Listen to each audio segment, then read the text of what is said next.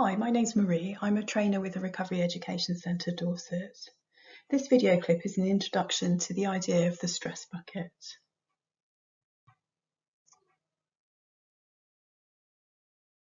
This is the stress bucket.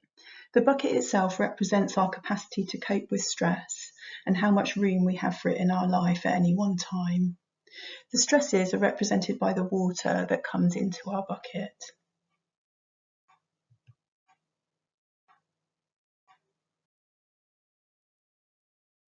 There are all sorts of examples of stresses that come into our lives. It might be something to do with work. You could be having some difficulties there. It might be something to do with money worries. It could be that you've had an argument with somebody or you have some concerns about your health. There are all sorts of examples, but as each one goes into the bucket, it fills it with more and more water.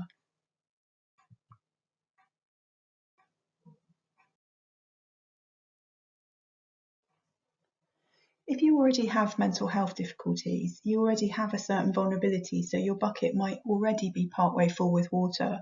So when you add the stresses in, the bucket's going to overflow more quickly.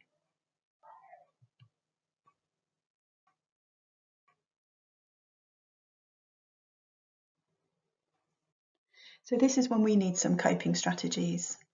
Unhelpful coping strategies are those strategies that might help at first, but eventually they also start to fill your bucket with more stress and more water.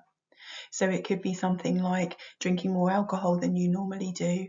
It could be about avoiding the things that you need to do, or it could be about spending more money. Sometimes that can make us feel better at the time, but then eventually these unhelpful coping strategies start to refill our bucket with more stress and more water.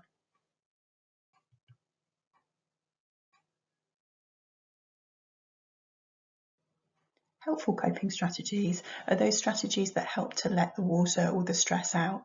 They're represented here by the tap on the side of the bucket. The tap is something that we have control over, so we can switch it on as much as we need and we can switch it off when we don't need it so much.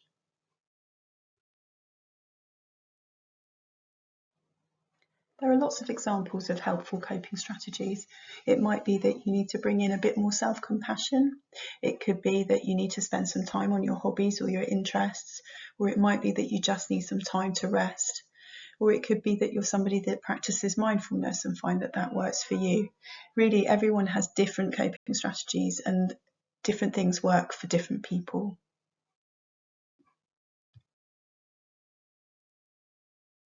There are times in our lives when we have to turn our tap on full.